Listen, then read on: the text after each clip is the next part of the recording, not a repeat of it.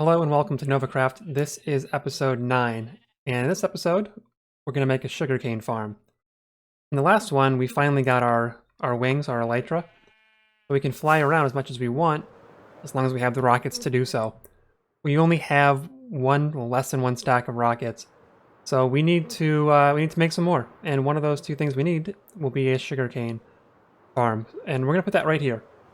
I'll explain how it works after it's already built.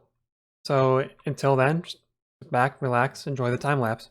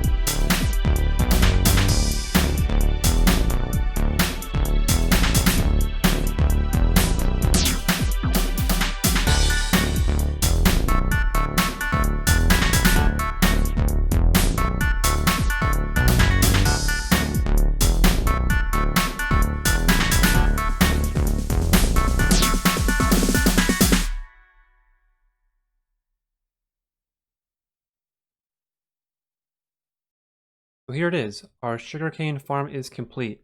And you know what? I'm a big fan. I think it's probably one of the nicest looking builds we've done so far on the server. It's got a nice little shape to it, little greenhouse aesthetic.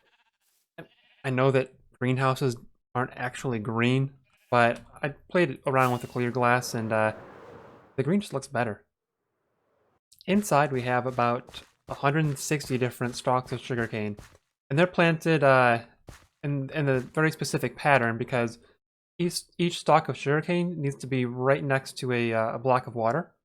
So this water source here can allow a sugarcane to grow here, here, here, and here, but not diagonal.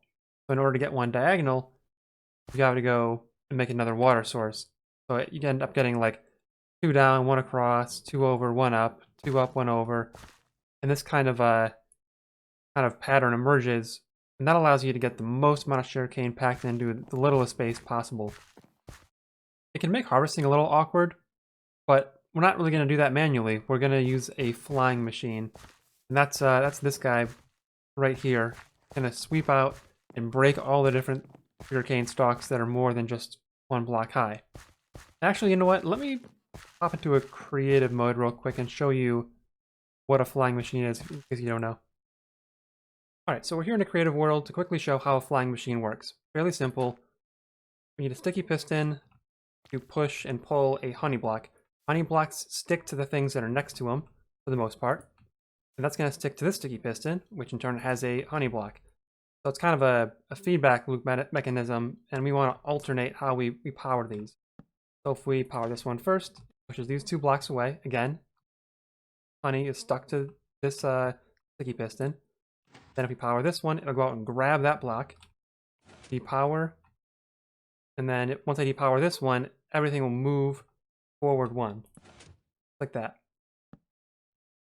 And we can do this automatically with some observers. Just like that. They go back and forth. The observers notice that there's a change in front of them. So every time they move, they say, oh, there's a change, there's a change, there's a change. And they do that back and forth at a certain frequency, which allows this thing to move forward.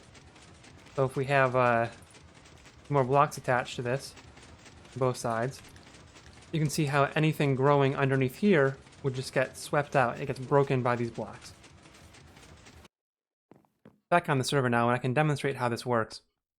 Flip this, that should send it off.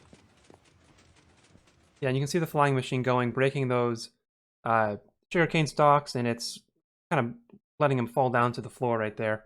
There's also a little return mechanism that observer on the backside notices once the flying machine butts up right to it and sends a signal back to let it return. Now it's here.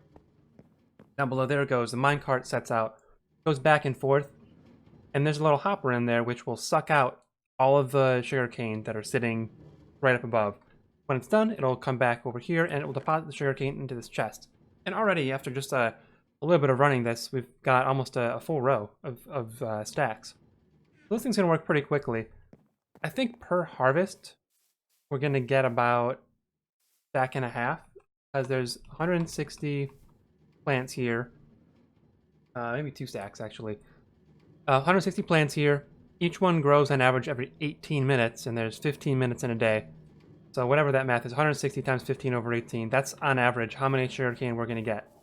And I say per day, because if I can get up to the roof here, we have a daylight sensor up top, or more specifically, it's set to the night mode. When the sun sets and detects darkness, that will send a signal to the flying machine to send it off. And when the flying machine gets back, it'll send a signal to the minecart to go do its thing. That's all hooked up here with this little bit of redstone. Not too complicated. I'm not going to get too into the details. It's just a series of redstone dust and some redstone torches. And the only added bell and whistle here is that we can enable it or lock it with this. Right now it's enabled, but if I flip this down, well, it's going to go. The flying machine's going to go off one more time, but it will be locked so that the daylight sensor can't do anything.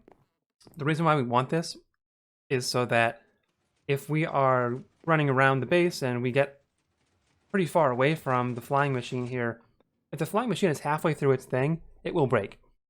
Redstone signals only get processed by the game with if you're within, I forget what the radius is, 48 chunks or something. If you're too far away, it'll stop. So if it's halfway through its flight when you get out of range, it'll just break. So general rule of thumb for flying machines is you want to be able to make sure they're not going to run if you're not near them. So off switch. And that's it. That is the farm. One more last look at it. Might do a little more detailing on the roof or something, but I am pretty happy with the way this build goes. All we need to do next is get our gunpowder so that we can make more rockets. But we'll save that for the next episode.